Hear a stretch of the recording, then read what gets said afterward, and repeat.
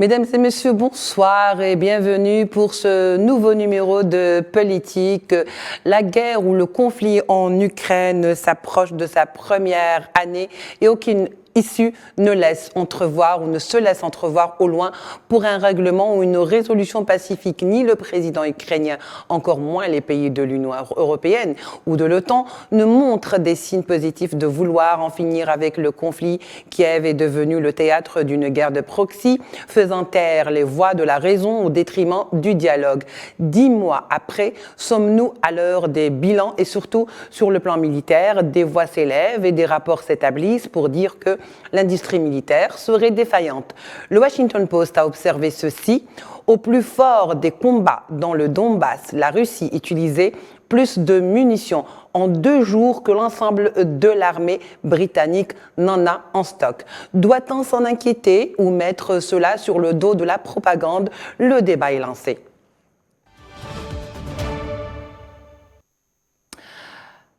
Pour en parler ce soir avec nous en direct depuis Paris par Skype, Monsieur Dimitri de Koshko, vous êtes journaliste français. Monsieur Dimitri, bonsoir et merci d'avoir accepté notre invitation.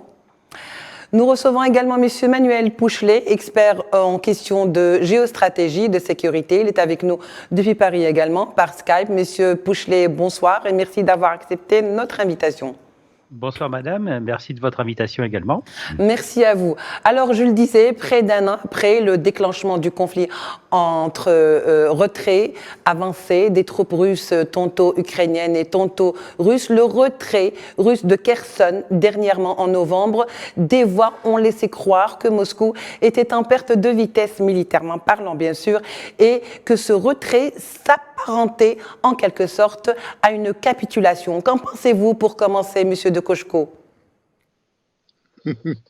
Oui, non, mais si vous regardez les médias de grand chemin français, oui, ça y est, les Ukrainiens sont à Moscou, hein, vous savez. Non, je crois qu'il n'y a pas de capitulation. Les Russes ont déjà fait le coup de la retraite organisée, je dirais. Ça ne veut pas dire que c'est un succès militaire, attention, hein, je ne dis pas ça.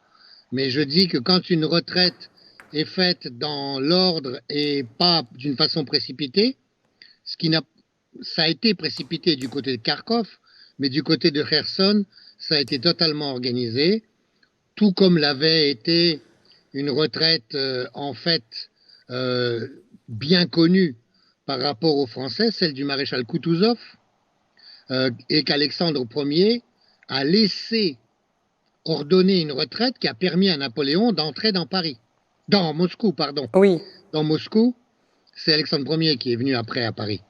Ce qui a été rappelé quelquefois d'ailleurs par les dirigeants russes aujourd'hui. Eh bien, cette retraite avait permis notamment de couper les voies de ravitaillement de l'armée, de la grande armée, et avait permis de mettre hors de combat beaucoup de combattants. C'est ce qui s'est un petit peu passé aussi avec Kherson. C'est ce qui se passe aussi le long de la ligne du Donbass. Mais il est évident que les armées russes se sont effectivement retirées sur une ligne de défense, ont arrêté de continuer à attaquer, ou en tout cas maintenant ils recommencent, mais ont arrêté d'essayer de prendre cette ligne Maginot que les Ukrainiens avec les Otaniens ont construit depuis 8 ans en bombardant le Donbass, qu'il ne faut quand même pas oublier, et ils ont constitué une ligne fortifiée qui est très difficile à prendre. Alors au début, il y a eu quelques troupes russes qui ont contourné la ligne Maginot, comme toutes les lignes Maginot bien sûr, mais ils ne sont pas restés, c'est ceux qui étaient autour de Kiev. Ça a été une opération assez mal préparée, qui en plus de ça a été victime des erreurs politiques d'appréciation des négociations qui ont eu lieu à Istanbul en mars, où un accord était quasiment atteint par les deux protagonistes, mais qui a été refusé par les Américains et par les Anglais, en la personne de Johnson qui a été envoyé le dire à Zelensky. Alors d'autre part, vous disiez dans votre commentaire qu'on pourrait s'inquiéter du fait que les Russes utilisaient 2 fois plus de munitions, d'obus, que les Britanniques n'en ont dans leurs réserves. moi, je vois pas de quoi on peut s'inquiéter. À la limite, c'est effectivement des combats difficiles. Ce sont des combats qui sont aujourd'hui plus vraiment contre les Ukrainiens. Le combat maintenant, il est avec les forces de l'OTAN. Oui, absolument. Et c'est malheureusement les Ukrainiens, et c'est l'aspect tragique de la chose, ce sont les Ukrainiens qui servent de chair à canon, Oui. et donc ce sont des Russes qui massacrent des Russes. Parce qu'en plus, il se trouve que du côté des troupes ukrainiennes, on essaye d'envoyer au front des populations russes ou russophones. Oui, très bien, monsieur. D'abord, et Oui. on ménage celle de Galicie, Oui. c'est-à-dire de l'ouest de l'Ukraine. De l'Ouest, oui. Alors, monsieur Manuel Pouchelet, au fait, dans le sens, je disais inquiétude, parce que c'est en 2 jours que les munitions russes ont été utilisées et que c'était plus que n'en pouvait supporter l'armée britannique. Et c'est un rapport qui a fait état de ça. Donc, ce que je veux dire dans tout ça, est-ce qu'aujourd'hui, on peut risquer de se retrouver à court de munitions alors que l'armée russe est toujours bien lotie? C'est ça surtout qui inquiète les observateurs. Ce qui inquiète les observateurs, si vous voulez, c'est surtout le discours de la Russie concernant les munitions. Je vous le rappelle, en début de conflit, la Russie a reproché à la France de ne pas avoir suffisamment de munitions pour rester et faire de la haute intensité pendant 15 jours. Donc moi, je pars du principe qu'il faut faire très attention aux éléments de langage, puisque même la Russie est aujourd'hui en train de racler, si vous me permettez l'expression, les fonds de tiroir avec des missiles beaucoup plus conventionnels, alors que les missiles dernier cri, si vous voulez, arrivent à épuisement. Ce qu'il faut constater surtout dans ce genre de conflit, si vous voulez, ce qui est important de souligner ce soir aux téléspectateurs, c'est qu'on a un problème de chaîne logistique en approvisionnement. Et pour tenir une opération de cette envergure, n'oublions pas que la Russie, si vous voulez, a quand même conquis l'équivalent d'un territoire grand comme le Portugal. Donc, ce qui n'est pas rien. Maintenant, la Russie est en position de défense ferme, si on emploie, excusez-moi, la terminologie militaire, c'est-à-dire que l'Ukraine est arrivée jusqu'à Kherson, mais maintenant, pour l'instant, il y a une guerre de position qui s'annonce. L'histoire russe a démontré également, si vous voulez, que la Russie était capable de se retirer en bon ordre, et en même temps, on a certains éléments, entre guillemets, inquiétants, qui justifient l'arrivée de nouveaux matériels côté russe, nettement plus performants, et qui risquent d'être engagés dans une bataille qui pourrait avoir lieu au printemps, ou peut-être même dès cet hiver. Donc si, quelque part, cette histoire des munitions, et de consommation de munitions, j'ai l'impression que dans les conflits modernes, on a également oublié, surtout côté européen, les consommations astronomiques qui étaient ceux de la guerre de 14-18, où c'était plusieurs millions d'obus par jour. Alors là, on s'étonne, oui, c'est quelque part, oui, c'est ce que possèdent les Britanniques, mais normalement, qui peut avoir accès à ce genre d'informations? C'est confidentiel. Je rappelle que l'armée britannique a également est détentrice de l'arme atomique. Donc, quelque part, une puissance qui est détentrice de l'arme atomique, qui est l'engagement ultime, avant d'avoir consommé toutes ces munitions, il y en reste suffisamment. Donc, parier sur la consommation des munitions de la Russie et des autres pays de l'OTAN, pour l'instant, ce sont des chiffres, si vous voulez, qui peuvent étonner par la consommation affichée et enregistrée. Mais quelque part, la Russie était dotée d'un des plus grands stocks mondiaux, si vous voulez, de munitions, où finalement, il lui reste encore des réserves, ce qui prouve bien que l'armée de M. Poutine, l'armée russe, est finalement organisée. Le problème qu'a l'armée russe, c'est principalement des problèmes d'acheminement logistique. Mais n'oublions pas qu'elle frappe toujours aussi fort l'Ukraine, et malheureusement, dans ce conflit, la décision de M. Poutine s'applique tant dans la lettre que dans l'esprit, ou frapper aussi les structures et les infrastructures, énergétiques, prouve que le conflit va s'annoncer dans la durée. On est à 10 mois de guerre. Les Européens, d'ailleurs les Américains, ont pour habitude, au bout de 3 mois, de faire les premiers enseignements de conflit qui n'ont pas eu lieu. Pour l'instant, ce conflit profite à pas mal d'industries, notamment le complexe militaro-industriel américain, alors que le complexe militaro-industriel européen pourrait également être engagé, si vous voulez, dans ce conflit qui se fait par proxy interposé, où finalement c'est l'Ukraine qui sous-traite les combats, si je puis me permettre cette expression, mais force est de constater que cette consommation de munitions n'est ni plus ni moins que celle d'un conflit actuel et réel. On est dans une logique de système d'armes, on n'est plus dans une logique de consommation à outrance comme on pouvait l'avoir dans la guerre de 14-18 ou 39-45. Attention, un système d'armes ont des dégâts nettement plus importants et je pense que c'est cette affaire-là qu'il ne faut pas non plus sous-estimer. Oui, justement, en parlant d'armement, parce que c'est un petit peu aussi ça l'enjeu et le nerf de la guerre aujourd'hui, Monsieur de Cocheco, en parlant d'armement, beaucoup de récits, on les a entendus par le passé, il n'y a pas très longtemps, il y a un mois de cela, que comme quoi, justement, l'armée russe serait affaiblie, que l'industrie militaire russe n'est pas dotée de la dernière technologie comme le serait celle occidentale, en l'occurrence celle de l'OTAN ou encore de l'Union européenne. Mais récemment, il y a des rapports américains qui sont sourcés et qui disent que justement, si ça devait continuer comme ça, il y a de fortes chances que l'Ukraine, qui se ravitaille par l'Occident, soit contrainte de battre en retraite. Alors, cette situation, telle que moi je peux l'apercevoir en tant que journaliste, c'est-à-dire en ayant interrogé plusieurs sources qui peuvent me répondre d'une manière crédible. Alors, l'armement, il est à plusieurs niveaux.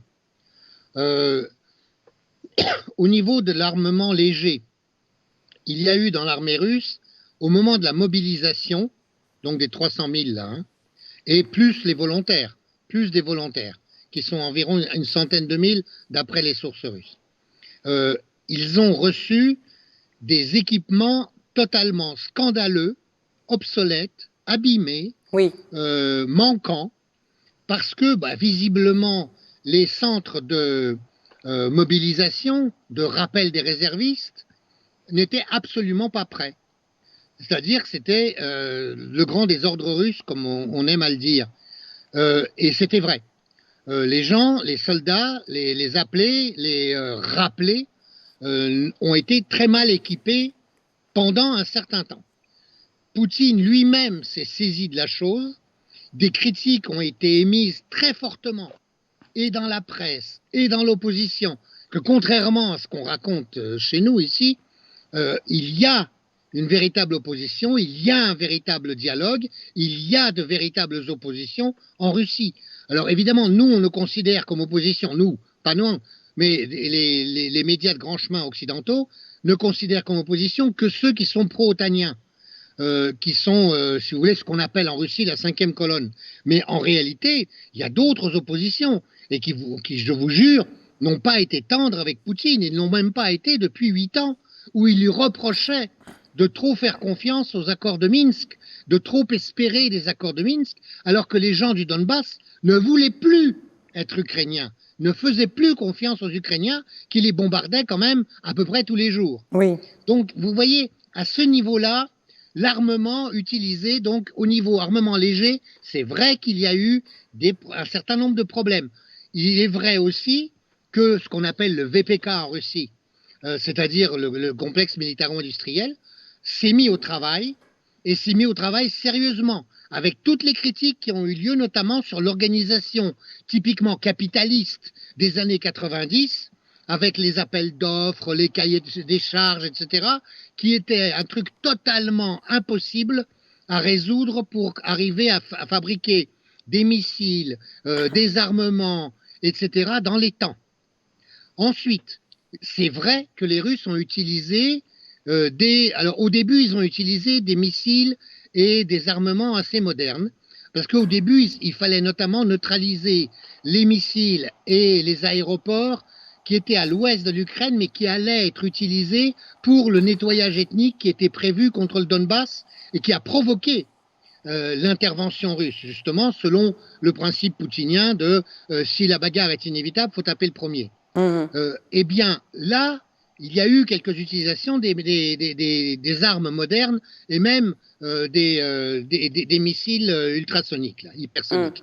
Mais le reste, et notamment contre cette fameuse barrière qui a été construite, la ligne Maginot, comme on le dit, qui a été construite le long du Donbass, les Russes ont estimé qu'ils pouvaient dépenser tous les vieux obus soviétiques qui auraient dû en partie être détruits et qui n'ont pas été parce que ça coûtait trop cher, parce que c'était trop compliqué, et donc qui étaient stockés notamment du côté de Omsk, de Tomsk, de Nijni Tagil, etc. C'est dans l'Oural et en Sibérie. Et ils en ont utilisé plein. Et il y a même des sources qui m'ont dit, d'une manière assez cynique, il faut bien le dire, que ce soit en Syrie ou que ce soit dans cette guerre, en fait, tirer ces vieux obus, c'était assez efficace dans les combats tels qu'ils étaient contre la ligne Maginot, mais ça coûtait moins cher que de procéder à leur destruction sur place près des usines. Oui. Alors vous voyez, l'utilisation des vieilles munitions, c'est un peu ambigu aussi. Oui. Et c'est ces munitions-là qui ont été utilisées plus que ce que les Britanniques disent avoir dans leurs magasins, mais attention à l'intox anglo-saxonne. Absolument. Il faut quand même faire très très attention à ça. Maintenant, j'ai demandé aussi à des sources russes pourquoi, et bien sûr des Russes le demandent aussi, hein, pourquoi est-ce que vous n'utilisez pas vos armes modernes, notamment les armes magnétiques, pour arriver à neutraliser ce que donnent les satellites américains et même Skylinks. Et alors là, je crois qu'ils n'avaient pas prévu, les Russes, que Elon Musk allait donner de l'information comme ça aux Occidentaux. aux Ukrainiens et puis bien sûr aux Otaniens, mais les Otaniens ont leurs propres missiles et ont leurs propres AWACS. Mais ces informations, pour arriver aux troupes ukrainiennes, il faut qu'il y ait de l'électricité, il faut qu'il y ait Internet. Et ça, c'est Skylinks qui l'assure. Et évidemment, c'est bien pour ça qu'après l'attentat contre le pont de Crimée et après les attaques en territoire russe non nouveau, c'est-à-dire pas dans les 4 nouvelles provinces russes, mais carrément à Koursk, à Belgorod, etc., eh bien les Russes ont décidé de passer à un autre stade de guerre et cette fois-ci, alors que c'était très critiqué en Russie, justement, Poutine et les militaires russes étaient critiqués parce qu'ils ne faisaient pas une guerre totale. Eux, ils répondaient, mais on fait une opération militaire, on ne veut pas détruire les villes ukrainiennes. Et ils sont dans la défense. Comparé à ce qu'ont fait les Américains en Irak, c'est vrai. Kiev n'a pas été détruite, les grandes villes n'ont pas été détruites. Il n'y a que des endroits qui ont été vraiment sous des combats intensifs, où il y a eu énormément de destruction. Et évidemment, il y en a beaucoup à Donetsk. C'est les images de Donetsk qui nous sont souvent montrées sur les télévisions occidentales pour dire que c'est les Russes qui détruisent. En fait, c'est souvent le contraire. Enfin bref, mais évidemment, il y a plein de destructions. Et là, ils ont décidé de détruire les centres électriques et sans doute, ils vont détruire les chemins de fer. Et quand on vous demandait aux Russes pourquoi vous n'utilisez pas les armes modernes, notamment vos missiles, eh bien, ils répondent on attend une implication plus directe des Otaniens parce qu'en ce moment, les Otaniens guettent nos armements modernes, justement. Or, on ne veut pas en livrer trop, on ne veut pas leur livrer trop d'informations là-dessus. Oui. Et pour l'instant, les vieux obus suffisent. Oui, voilà ce qu'ils répondent. C'est vrai ou c'est faux, j'en sais rien, mais en tout cas, c'est ce qu'on me dit. En tous les cas, ils n'estiment pas qu'il est nécessaire pour l'instant de faire sortir justement leurs armes de dernière technologie. Alors, il y a eu des missiles qui ont été fabriqués récemment, parce qu'il y a quelques missiles qui ont été trouvés sur des villes, dans des installations électriques qui viennent d'être abîmées là, ou qui viennent d'être visées. Il n'y a pas que les drones inspirés des Iraniens qui frappent, qui sont eux, alors là, comme des tondeuses à gazon, mais très efficaces, d'après ce que disent les Russes, et pas chers. Mais ils ont aussi envoyé quelquefois des missiles modernes, et d'après les numéros qu'on retrouve sur les éclats de ces missiles, ce sont des missiles qui ont été produits ces derniers mois. Très bien. Monsieur Pouchelet, justement, je me tourne vers vous. Je vais poser ma question de manière très simple parce que je voulais justement revenir sur cette histoire de missiles HIMARS et qui ont été livrés justement par l'Occident, par l'OTAN et qui ont été secrètement modifiés, peut-être même à l'insu de l'Ukraine pour qu'il n'y ait pas une longue portée parce que selon le rapport qui a été établi, par l'ancien officier de la marine américaine Scott Reiter, il dit que on ne veut pas aller en confrontation directe avec la Russie. Et c'est pour ça que ça a été modifié. Alors, la question est celle-ci. Est-ce que vous pensez que maintenant que ça a été modifié, certainement tous les pays qui s'approvisionnent par les États-Unis, en l'occurrence les pays européens, vont aussi recevoir des HIMARS qui sont modifiés? Qu'est-ce qu'on veut de cette guerre en Ukraine finalement? On veut aller vers l'usure, c'est ça? Oui, en effet, il y a une forme de guerre d'usure dans cette affaire-là. Maintenant, concernant les armes américaines modifiées, c'est pas une légende, c'est une réalité où, comme par hasard, on en parle peu. Ce que vous évoquez avec les HIMARS, s'applique à l'aviation. Les F-16 en Turquie sont modifiés, par exemple. Oui. Vous voyez. Donc, quelque part, ce n'est pas une nouveauté. Maintenant, moi, ce qui m'inquiète dans cette affaire, c'est que l'Europe bénéficie d'un complexe militaro-industriel performant et c'est les Américains qui sous-traitent l'approvisionnement de l'OTAN, comme c'était prévu dans les traités initiaux. Mais, et d'ailleurs, vous avez récemment la Finlande qui vient de se doter du système HIMARS. Maintenant, proposer à l'Ukraine des matériels modifiés, l'Iran, si on compare avec l'Iran, c'est la même chose. L'Iran s'est doté également de matériel russe qu'elle a également modifié. Quand vous modifiez un matériel, ça vous permet d'être indépendant. Et si par exemple vous êtes fournisseur d'armes comme les États-Unis d'Amérique, si vous envoyez à vos alliés des matériels modifiés, c'est qu'on ne sait jamais entre les mains de qui elles peuvent tomber. Ce qui inquiète les Américains, c'est qu'on a vu du matériel ukrainien qui est tombé aux mains des Russes et qui est dans la foulée, si vous voulez, réutilisé contre ses créateurs et utilisateurs. Donc c'est pour ça que les Américains ont souhaité communiquer en disant quelque part aux Russes, si vous portez acquéreur par la force de HIMARS, sachez une chose, ils seront nettement moins performants que les performances de nos matériels américains non modifiés qu'on risquerait à court terme d'engager contre vous et qui sont présents dans les pays de l'OTAN, si vous voulez. Donc voilà, il faut rester très prudent. Ce que l'on constate aujourd'hui dans les conflits modernes, c'est un sujet qu'il faut évoquer ce soir, c'est ce qu'on appelle l'interopérabilité et la doctrine d'emploi de ces matériels modernes. On parle de système d'armes, on ne parle plus d'une application précise, etc. Ce sont des matériels qui sont complexes pour lesquels les décideurs et ceux qui combattent sont obligatoirement formés. On a les résultats probants des HIMARS et derrière, quelque part, c'est ce qu'on appelle en terminologie militaire le fameux combat proven. Donc, qui a été démontré au combat et ce qui sert aussi au complexe militaro-industriel américain pour les ventes et les futures ventes. D'ailleurs, vous voyez, je viens de vous l'évoquer, la Finlande va se porter acquéreur de ce type de système. Voilà.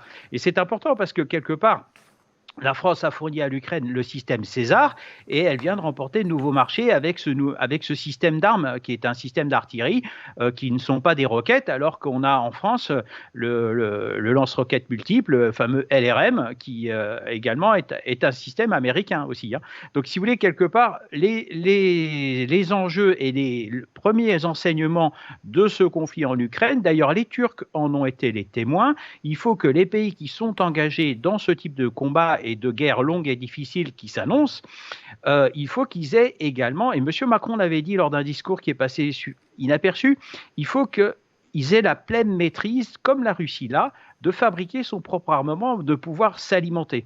Donc, quelque part, celui qui aujourd'hui va gagner cette guerre, c'est difficile de parler de gagner une guerre aujourd'hui, tant que la région n'est pas stabilisée politiquement et sur le plan de la paix, les Européens ont, je pense, oublié les enseignements du conflit yougoslave, hein, qui a duré quand même de 92 à 95, avec ensuite une force de stabilisation otanienne qui a été présente dans cette région à 2 heures de vol de Paris, pendant de nombreuses années. J'ai un peu peur que cette sous-traitance à l'armée ukrainienne, à un moment, s'épuise. D'ailleurs, la visite d'hôtes étrangers à Kiev est devenue nettement plus rare. La dernière visite est le ministre de la Défense britannique.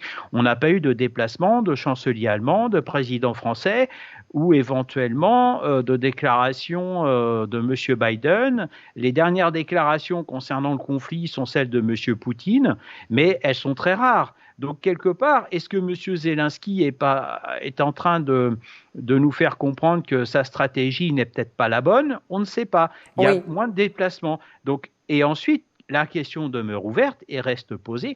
Qui va payer la facture? Parce qu'on approvisionne l'Ukraine, certes, de manière, on va dire, avec des nombres incommensurables de munitions. Et voilà. Et après, on ne sait pas, une fois que dans quelles mains vont ces armements? Est-ce qu'elles vont bien à l'armée ukrainienne? Parce qu'il y a aussi des bruits du côté de services spécialisés, qu'on parle de mafia, etc. Mais attention, on est dans détournement d'armement, oui, vers des régions du Sahel, paraît-il. C'est ça. Maintenant, restons prudents.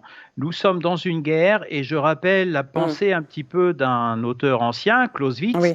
À la guerre, si vous voulez, c'est de faire exécuter notre volonté, de faire exécuter à l'adversaire notre volonté. Et je pense que c'est ce qu'il faut retenir ce soir, en tout cas. Très bien, Monsieur Pouchelet.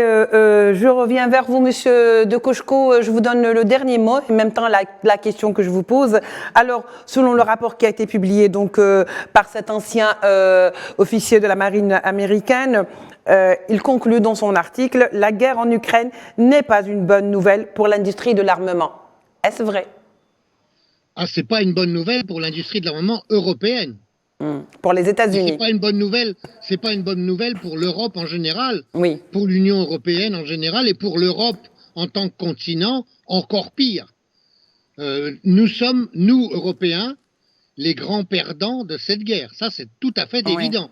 Et je pense qu'il y a déjà un gagnant, c'est les États-Unis, incontestablement. Il y aura peut-être un deuxième gagnant.